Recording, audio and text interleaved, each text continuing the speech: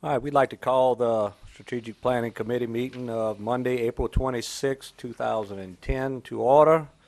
The invocation and pledge will be led by Councilman Valentine.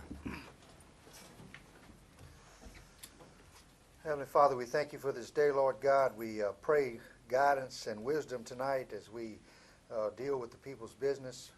Father, as always, we ask protection on our men and women in foreign service, Lord God, across the seas, and also our police and METs and our firemen here on our soil, Father. We ask you to protect and guide and comfort each family. We ask all these things in your Son's name. Amen. Amen. I pledge allegiance to the flag of the United States of America and to the republic for which it stands, one nation, under God, indivisible, with liberty and justice for all.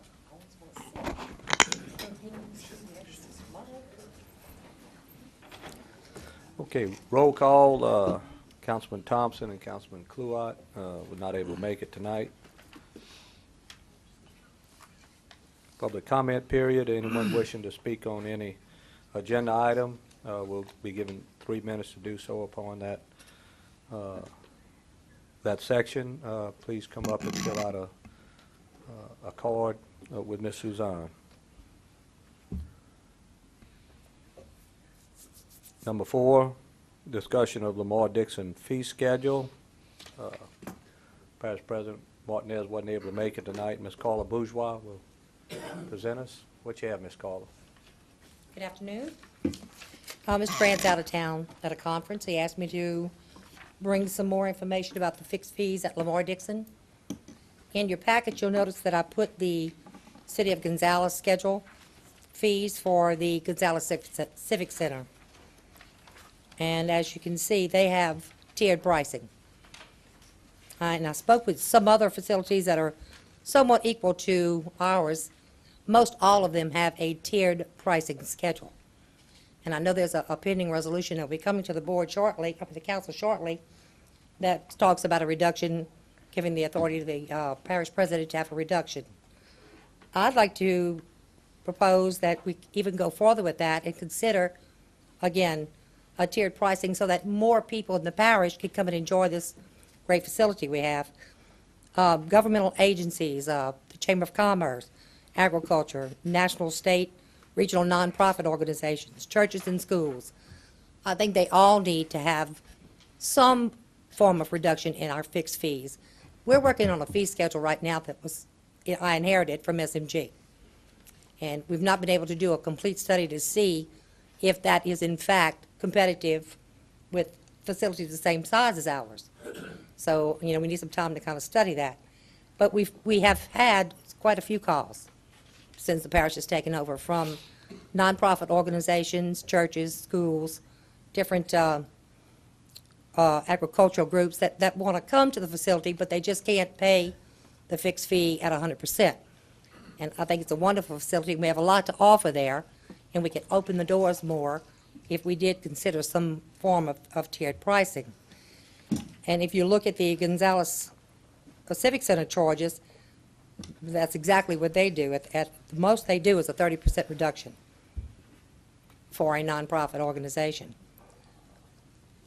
One of the things I wanted to let you know is that, we met with the finance department and was able to do some quick calculations, nothing scientific, but just based on our expenses that we've incurred from January to March 31st, and we found that 70% of our expenses are cost of operations, just to turn the lights on. It's a huge facility. So I ask you to keep that in mind as you consider these reductions as we go along.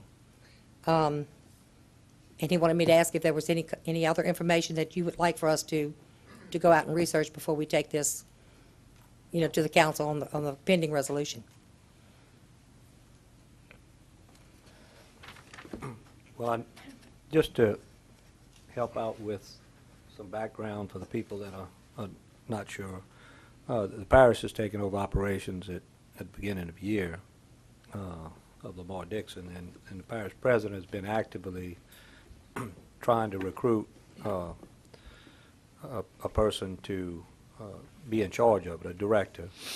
And so a number of decisions that really need to be made are kind of being put on hold while we try to get a director that would be actively involved in these things. And so actually what we're trying to do is in an interim get a fee schedule that's palatable for operations so that we don't lose money, but yet take into account the local entities and organizations that need to use it and need a reasonable fee. So that's our problem, yet it's not easy to solve when you have to put it in the form of a law. And so We do need some flexibility, even to stay competitive. And at the local level, at the office level, we're caught between Baton Rouge and New Orleans with some of the larger, more advertised facilities out there, and we have to compete. So we would ask that you give us some consideration to allow us to at least stay competitive and be able to negotiate these promoters as they come in and want to do an event at the facility. Now, Carla, you've been involved, basically almost the acting director, I think. That's correct, for 6 months. For this time. Right. What is, from your observations, what is your suggestions as to how we should move forward? I would love to see us be able to do a tiered pricing that would give government agencies and parish agencies, such as Chamber of Commerce, maybe a 30% reduction on the fixed fees. National, state, regional, nonprofit organizations, 20%. Schools and churches, 10%. Political rallies or fundraisers, 10%. Administration and the general manager, not to exceed a 30% reduction.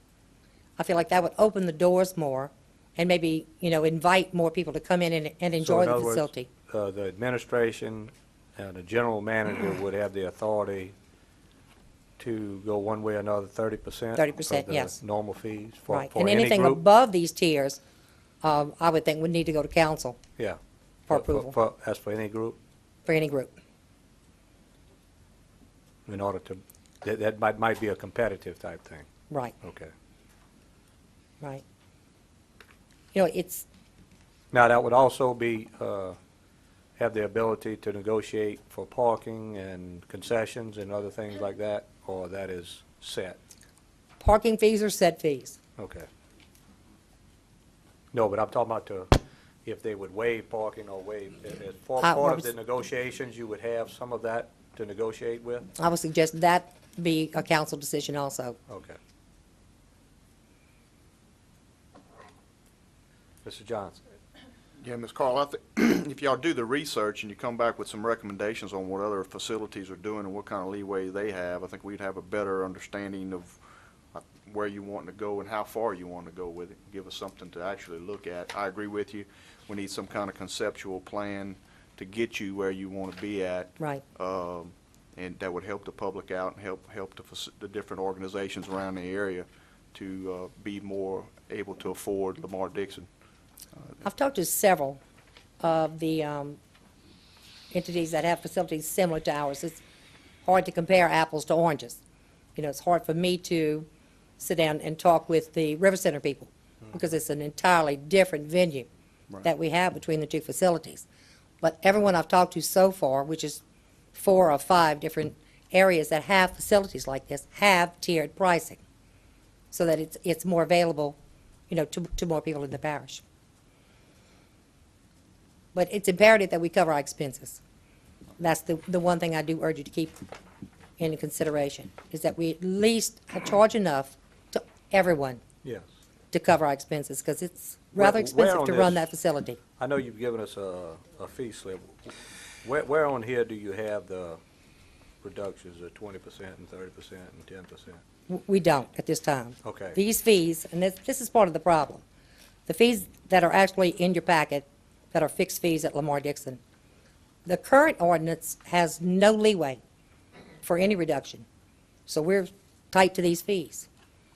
And it's, we've lost a couple because maybe we're 10% off or 20% off of what they've priced it at some other facility.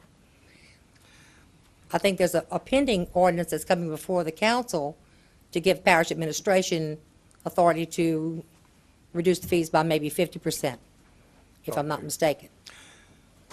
Yeah, I mean, And what I'm suggesting is that on, maybe not do a 50%, or look more at a tiered pricing relative to what the event is. do you have that in writing, the different tiers that you had expressed earlier?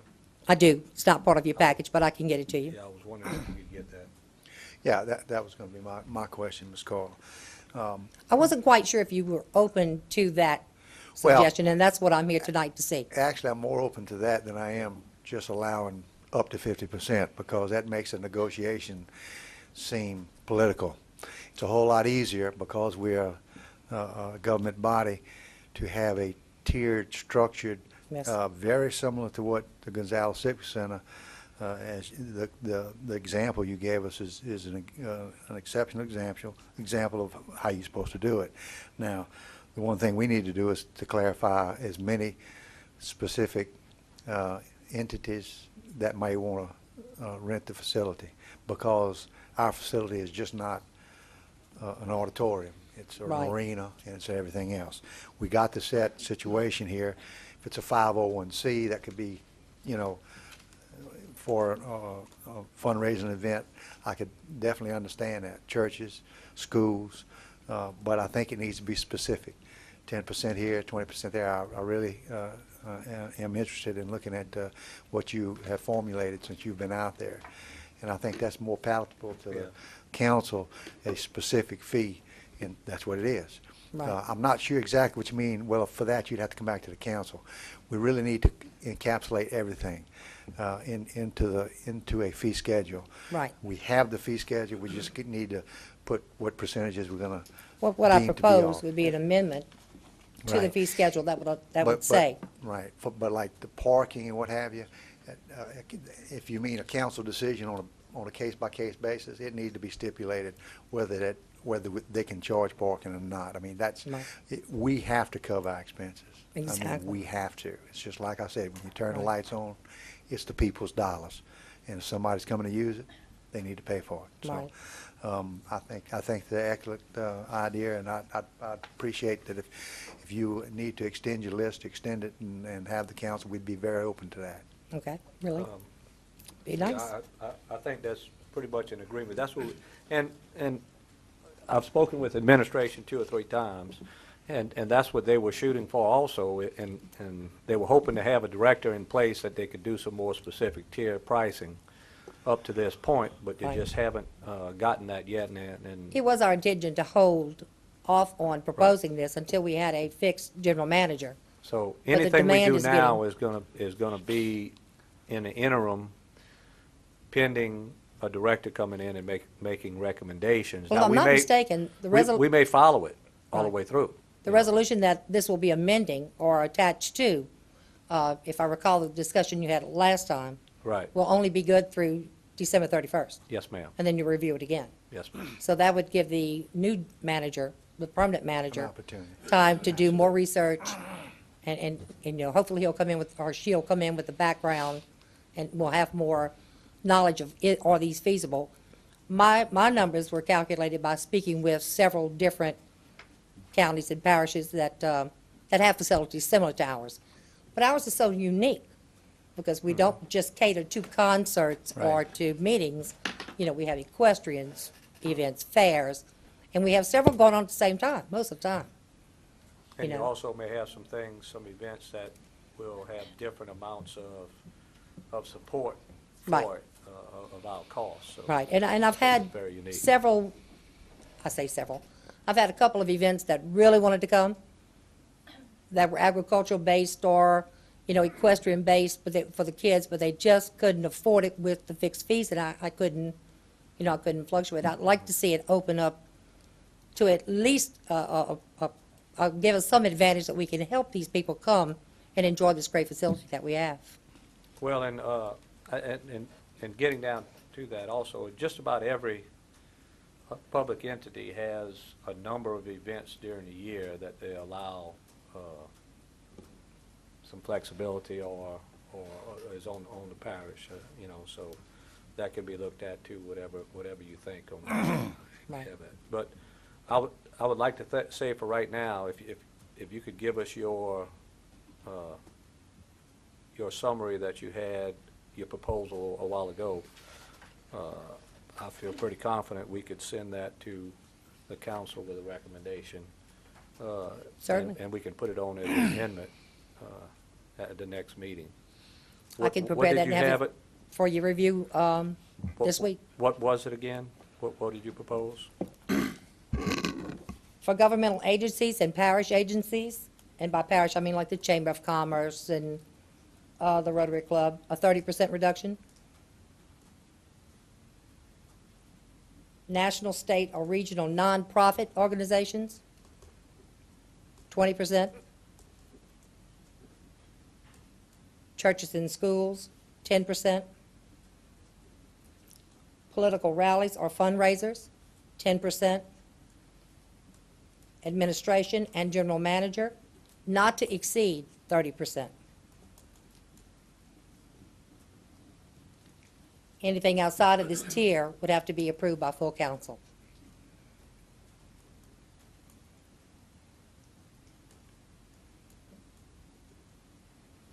Okay.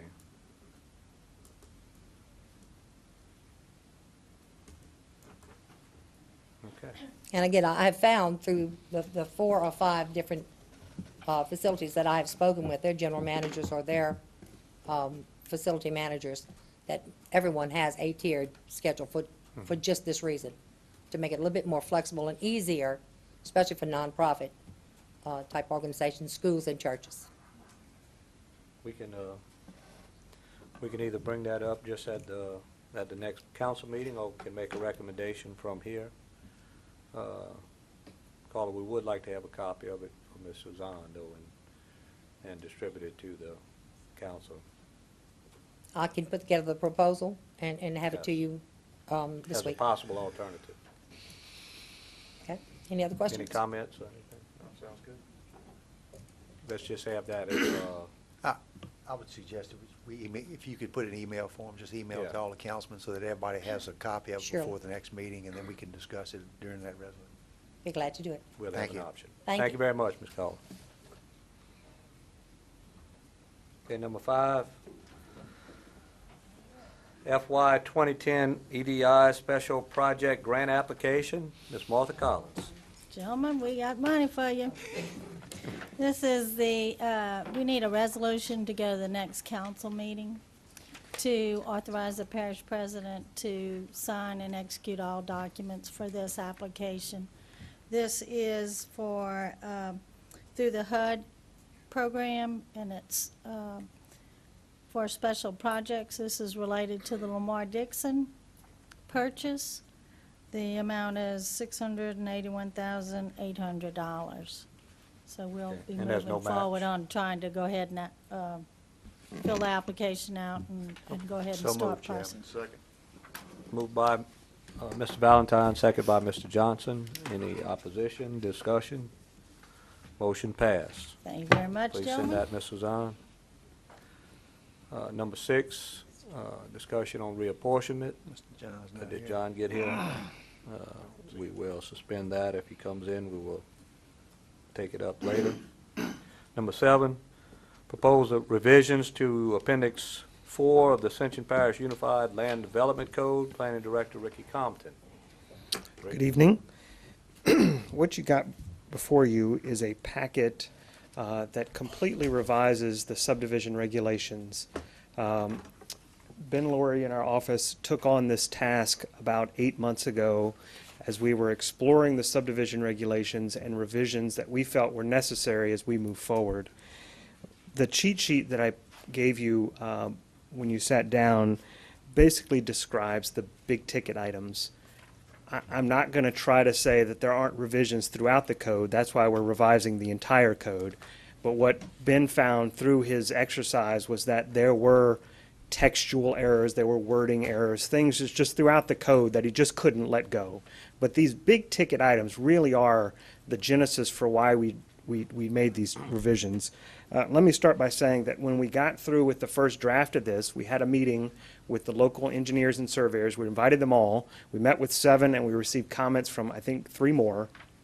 on what they felt were good and bad and how we were to tweak this.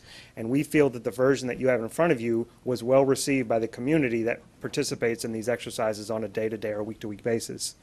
The first section talks about what constitutes a major or a minor subdivision. The existing subdivision regulations that we have, it's kind of confusing. It references less than 20, more than 9, less than 9, 8 or more.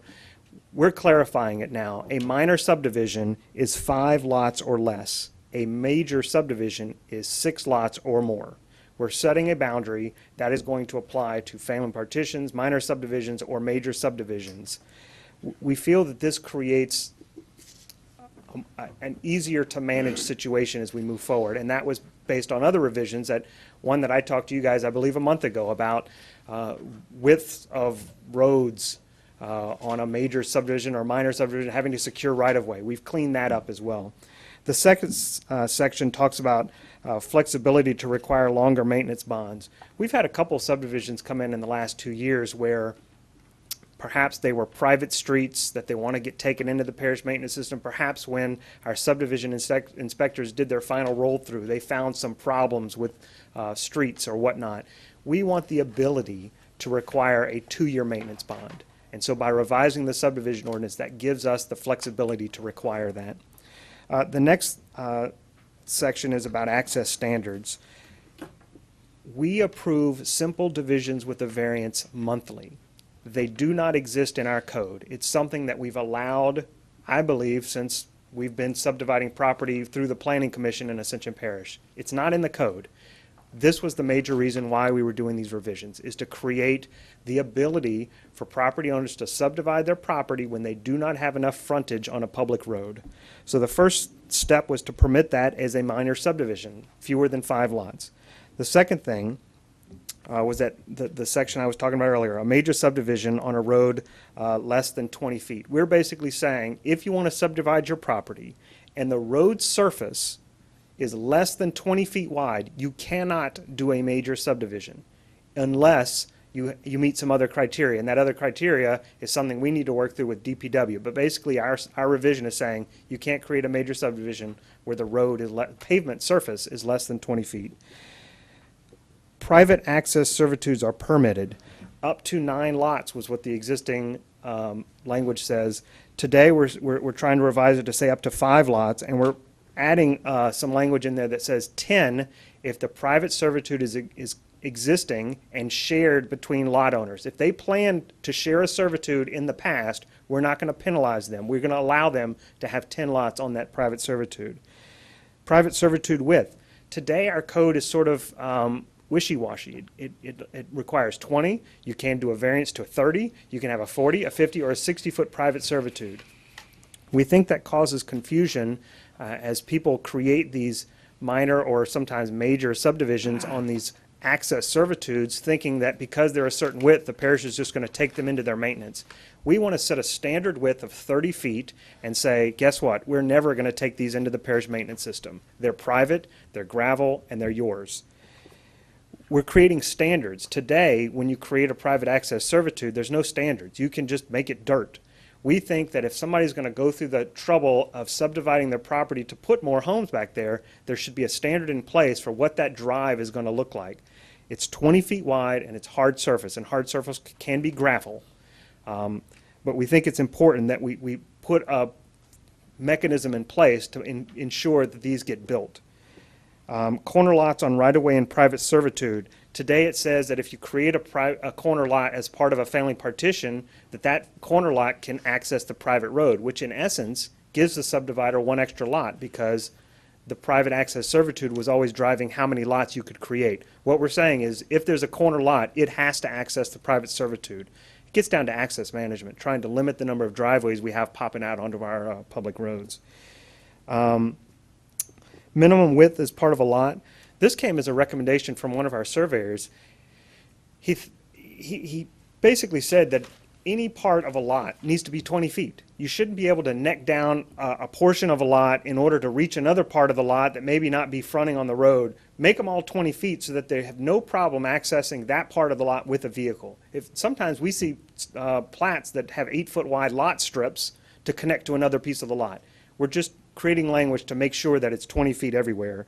And then right-of-way terminus frontage doesn't exist in the code, but we think if a road terminates at a lot, you should be able to divide that lot on the center line of the road and have two lots, basically, as long as you have 20 feet minimum to access both of those lots. Required naming of private servitudes. We have a lot of private servitudes in this parish. We think it's important that the fire department has a way to find them. And so we're putting in the code that you have to name them now and make sure that it's an approved name through our addressing coordinator. And then the last one, remove the hardship and conflicting access criteria for family partitions, sticking with the definition. We basically are saying it's not a variance anymore. It's basically a minor subdivision where you're donating the properties you create to family. And that's the essence. So The you don't code, have to say it's a hardship anymore? no, Okay. it's just an acceptable way to subdivide your property. Any comments?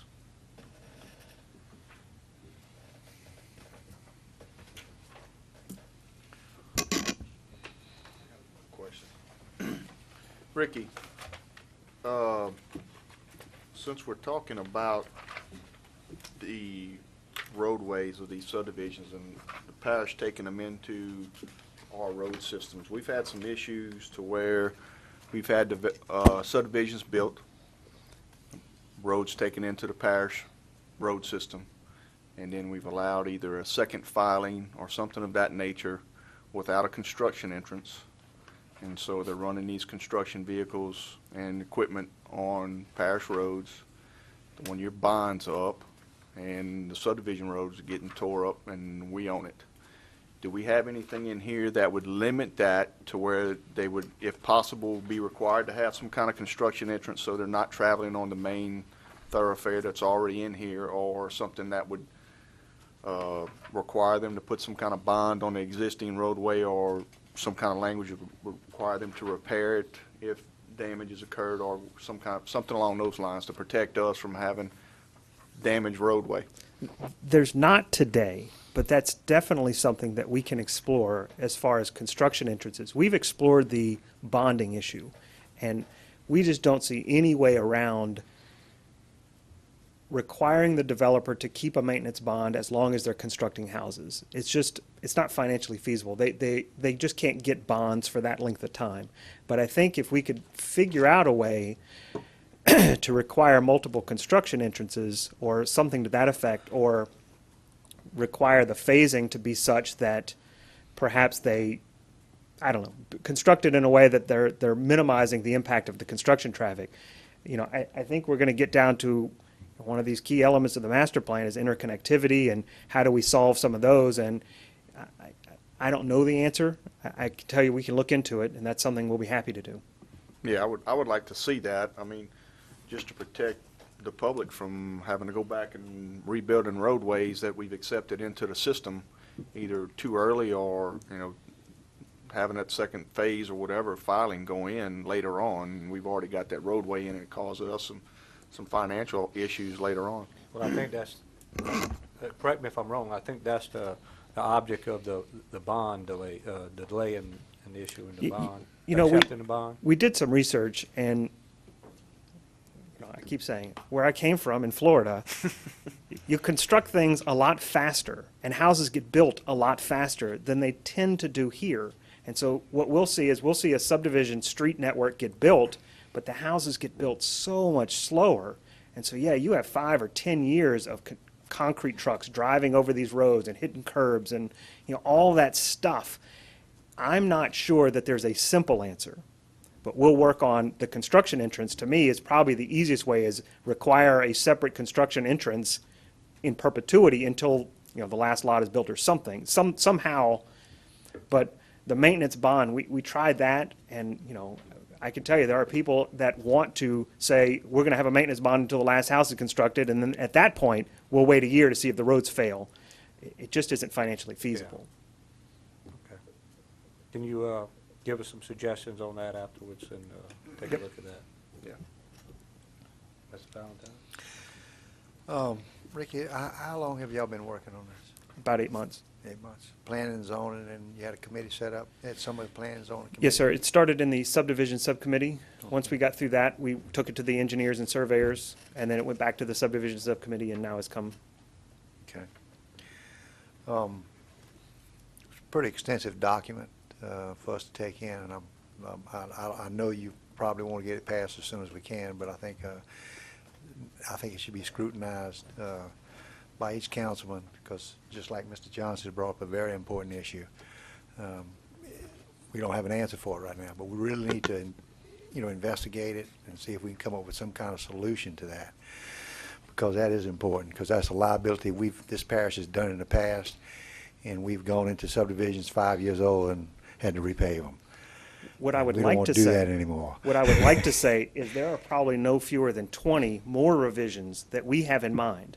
Mm-hmm. This set of revisions was specifically to attack the minor and major subdivision and family partition access criteria issues. Right. There are a ton more issues, and I can promise you, as I get suggestions, we'll go after them, Sure. because that's the one way where we're going to ensure that the development that we build in the Ascension Parish is going to be of quality. Right. Mm-hmm.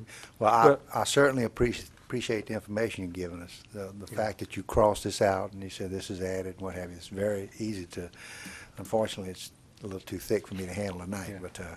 But I think it's a very good form when you bring it to the councilman like this, so we can understand exactly what you're changing and what you're not changing. And the cheat sheet helps. So Yes. I appreciate that. And, always the intention of having something like this and take it under advisement and let us look at it, kind of digest this for the month, and we'll try to get it to all the councilmen, Ricky, Okay. and in some way. And then we can take all their suggestions, take a look at it, and we'll come back. Ms. Suzanne, put it on the agenda for next strategic planning meeting. And if we have any suggestions or any roadblocks or anything, we can address it at that time and then move forward to the council. And I think, and then as you get some more, that'll be a lot easier to add those. Yeah, just make sure the councilman get this copy, Yeah. like we have it. We'll get it tomorrow. Okay. And this, I agree with Mr. Valentine, this is by far the best way. This is very easy to understand. I appreciate this. It really makes a difference. Thank you very much. All right, thank you. And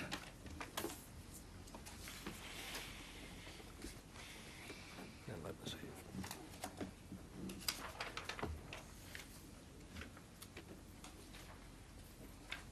Number 8, idle no-wake zone, diversion canal, and permit to add additional business. Mr. Ronnie Bro, Ascension Parish Waterways Commissioner.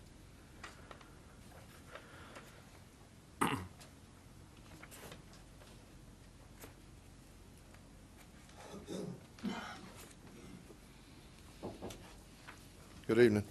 The first thing is just the paperwork to name the business at Pier 13 location Okay. that wasn't on the original paperwork, 2 months ago, or 2.5, 3 Okay. months. There was, Do you have a copy of that, Ron? yeah, I Okay. brought one for Miss Suzanne.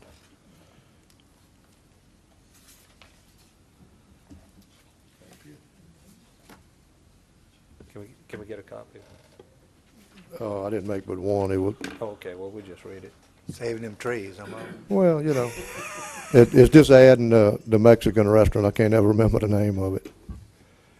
The Tiki Hut was named Riverfront. And Sarita's Right. Mexican Grill and Right. Cantina would be the one that you were looking to add? That was It's, the other one? it's on the same piece of property. Right. And we were talking earlier, the last time, if we needed to add the particular name of the Mhm. business. So that brings all of the business names on that location. Okay, Like if one would close, we kind of felt that, well, the other one's not named, so should we take the idle zone down? right, So now all of the business are named at that location. okay.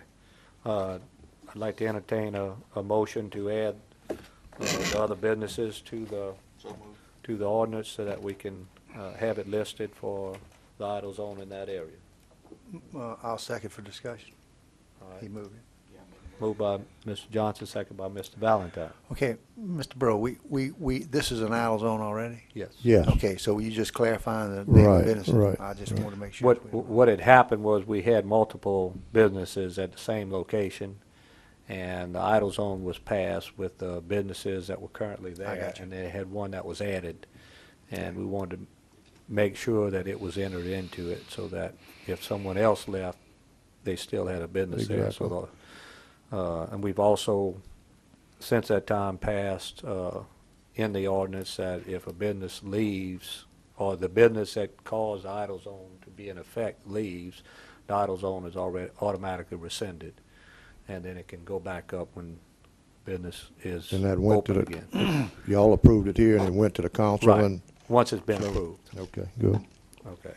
So, we have a motion and a second to send this on to the council for approval. Any further discussion? Any objections? So be it. Ms. Suzanne, please send that to the council. Yeah. Yeah. Thank you. And then, number 8, idle no wake zone, Gonzalez Boat Club, Philip Smith, Gonzalez Boat Club. We'd like to hear from Mr. Phillip from the Boat Club. You have a proposal?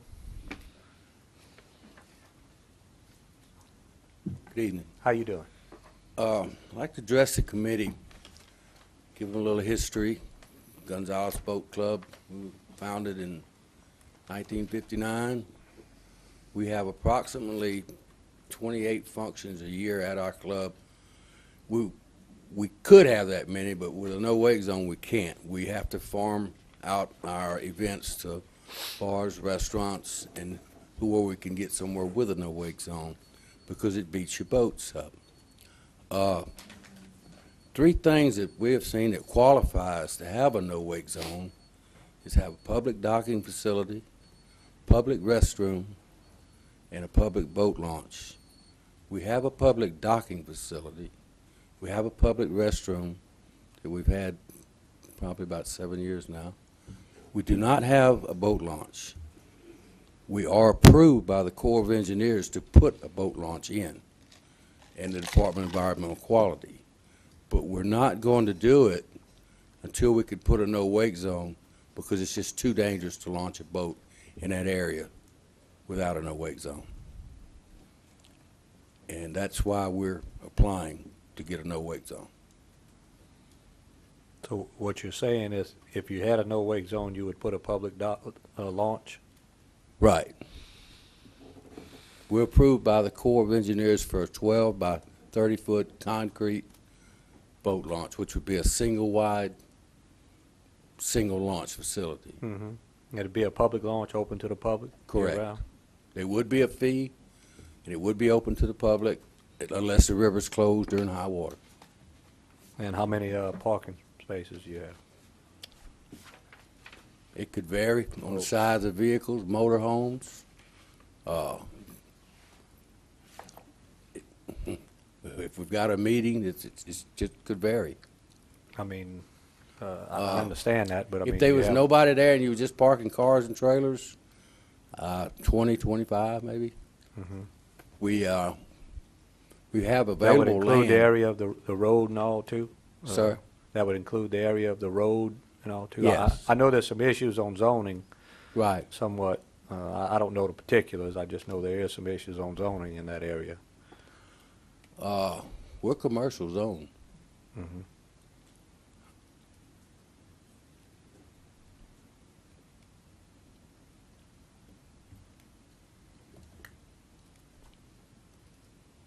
Okay. Where is this located at? Best description, you want to describe? I mean, I know where it's Sir? located.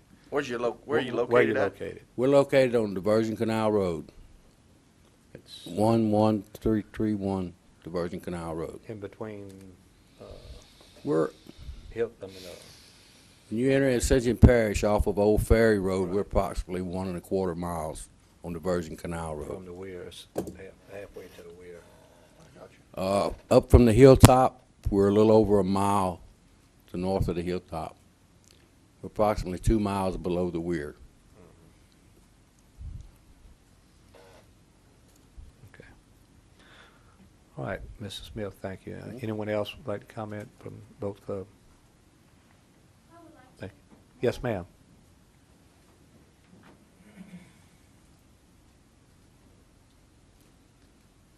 My name is Nan Rife, and I would like to say on behalf of the boat club that it isn't just for a boat launch that we need this idle zone. We're also a teaching facility. We are a public teaching facility. We have several educational programs in place where we teach children and adults how to safely handle boats when they're of age.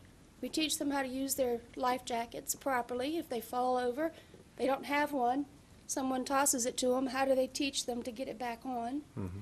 We can't do all this teaching with all of the rough water going on in front of the club and without that idle zone in place. We have a lot of public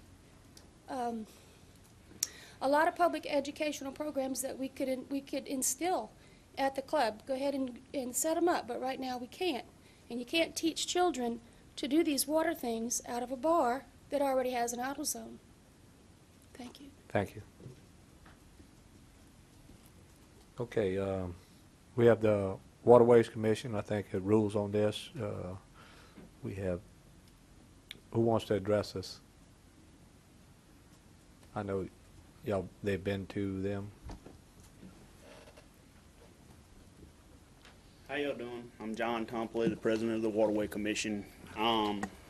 Yes, they did come to us and request an idle zone, and we explained to them the way we were looking at it from several different perspectives. Just like they said, they're looking at it for protection of their boats. The idle zones are not for protection of property, none whatsoever. Not for personal property, not for a boat, not for your land property. It is for safety and safety only. We don't ever put an idle zone. We've got a request right now for someone to extend one of the idle zones to protect his marina, the boats in the marina. That doesn't meet the criteria. It's not going to happen. And may I, just Yeah. for a second, that was one of the things that was discussed very much so by Livingston Parish, our parish, the sheriff's office, both parishes, the wildlife and fisheries, and all of those entities all agreed on that criteria as being one thing. I want to make sure everybody knows that if you're going to be doing something for protection of your boats, you have to do it on your private property. That was one of the things. Yeah. That was very important on that. So it's not just the Waterways Commission wishes on that. So. Yeah. We did see zoning as an issue as pertains to parking. We've actually had several calls from other people in the area that have made comments about the way that they're proposing to build the ramp. Basically, you'd have to back the truck and trailer off of the highway. They don't have the physical room to pull off. Like you go to Fred's, you can pull 15 vehicles off if the ramp's busy. They just sit in the parking lot. They don't have the facilities here for that. So we'd have a traffic problem possibly if it's busy on the weekends. We've also got an issue sort of where you questioned about as far as the parking.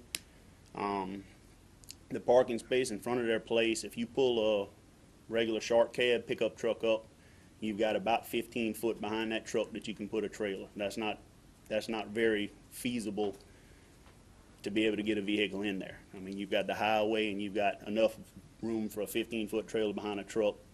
The front parking, we can't really see where it could hardly be used at all. The back parking, the way their lot is laid out, you'd have to come out of the ramp and make a 90-degree turn to get to the area that they're wanting to use, except the ramp would extend far enough up. If you got decent-sized boats in there, you can park 3 or 4 of them, maybe 5. And that would be maybe with them rearranging some stuff. So we see where there'd be an issue.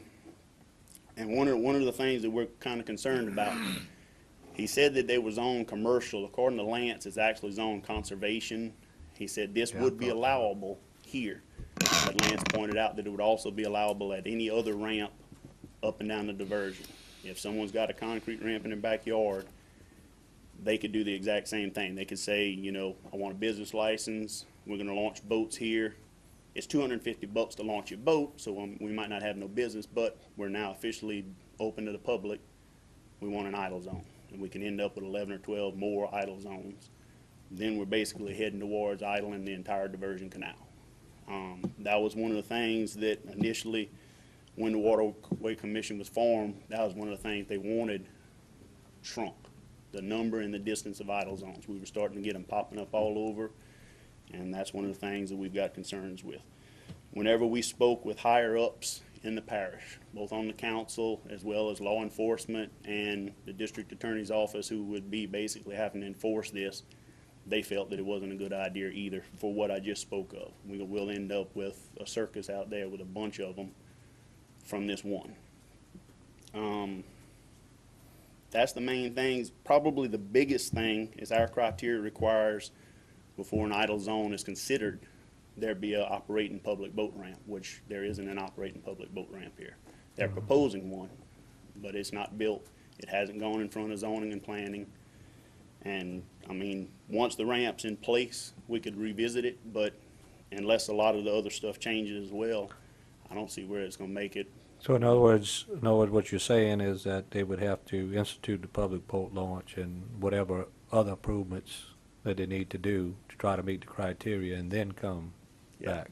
We've never been approached by someone to put one up before they built the ramp. Right. And I don't think we've got any way of enforcing it if we put an idle zone there and then they never went around to building it, Right. you know? And we've discussed this. They've come to 2 of our meetings and we discussed it with them. But like I said, with the criteria that we've got set up, and yeah, from a technical point to the letter of the law, they meet the requirement that if they put a boat ramp there, it's a public ramp, but not the spirit of the law. I mean, we built that more or less. The smallest ramp we've got around here would be on Laurel Ridge, and it can still handle 15 boats. 15 boats and trailers, decent-sized boats and trailers. When you get down to parking, 5 or 10 of them, it's more, we kind of feel that the ramp is being considered more to get the idle zone in place than the other way around, an idle zone to protect the ramp. So, There's no public launch there now? no, there's no public launch there. And just a question, where do you launch your boats now? I use Canal Bank myself. On Highway 22. Okay. Yeah, well, I wouldn't expect that for anybody to launch a boat, any kind of launch with 4-foot wakes, would be a very dangerous yes. operation. He brings up a good point there, but if you ride down the diversion, there's at least 11 private ramps that Right. enter into the diversion. I'm sure they wouldn't have put 11 of them there if it couldn't be done, Right. you know. Mr. Valentine? Mr. John, Yes, sir. how many idle zones do we have on the diversion canal at the present time? Right now, we've got one at the head of it. We've got one at Hilltop, one at Canal Bank, which covers both Canal Bank and the bridge. We've got one at the bend of the diversion, which was the one we just added the wording for the additional restaurant. And we've got one at the very end at Blind River Bar. 5. Yeah, some Some of those have been approved in Livingston, right? Yeah. Right. Or they're shared. Some of them are shared. Yeah. And of course, what you stated to start off with is done for safety reasons, as per se. And I know the criteria is safety. I mean, I even have a big problem with the businesses. Somebody's gonna put a business to make money, they ought to protect their Yeah. situation. Mhm. I'm kind of a hard nose on idle zones. I travel the South Louisiana a good bit fishing, and I mean, I was getting gas 2 or 3 weeks ago down in Lafitte, right in the middle of the canal that didn't have an idle zone. So I mean, they have businesses all over. It is a safety item, and I understand it, and I would think that if the boat club does put in a launch, that certainly they should come back and you guys revisit it. Mhm. But I understand the principle behind you denying it. I'm assuming that y'all guys looked at it and denied it, right? Yes, sir. Because we don't have that information in front of us. That's why I'm asking. Yes, sir. We do. Okay, Yeah, that's it. I got you. Thank you, John. Mr. Johnson.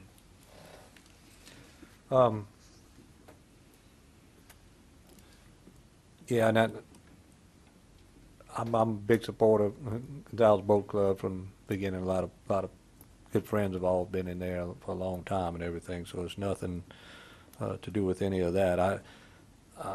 I'm feel the same as Mr. Valentine, is that without the boat launch, I don't feel like we could move forward with this at all.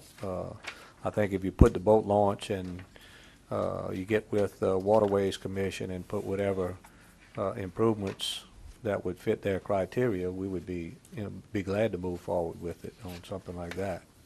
But I would feel very uneasy about moving forward without that basic criteria. Then we could all have what we feel like we need to get. So I think that's something that needs to go forward from there. We do make a recommendation, and we can make a recommendation to the council on that. We don't have it on here. We can, or we can table this without going any further. I move that we take no action. Okay. Second that. Motion by Ms. Valentine, second by Mr. Johnson to take no action at this time. If we have any changes in the information or situation, please bring that to us, and we'll look at it again at some future date. Sounds good. Thank you. And we appreciate y'all coming forward. Okay, next thing for discussions, pit bull restrictions. This is something that was sent to us as a recommendation for discussion by our council chairman and a number of councilmen that in the past year or years they've been having some continued problems with safety with and we're going to classify it as pit bulls for right now, but it could be more or less anything else. And I had asked administration to give us some information for discussion and to get a dialogue going for the next month that we can look at whether we want to put in possible restrictions on pit bulls, any other dogs, anything like that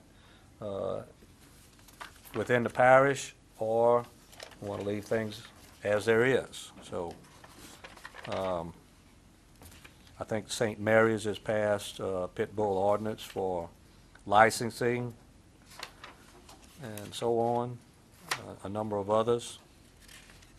And I just wanted to get this out for discussion. Any comments or?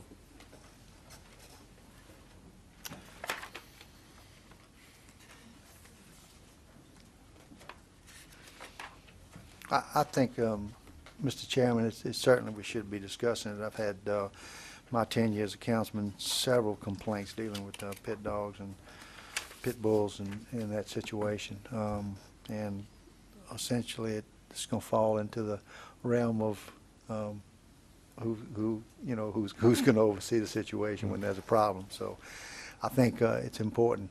Once again, this is an item that naturally comes before strategic planning, but I think each council member needs to be made aware of that situation, because I'm sure there are some information that other councilmen could give. But I think it's something we should take under advisement and look very hard at.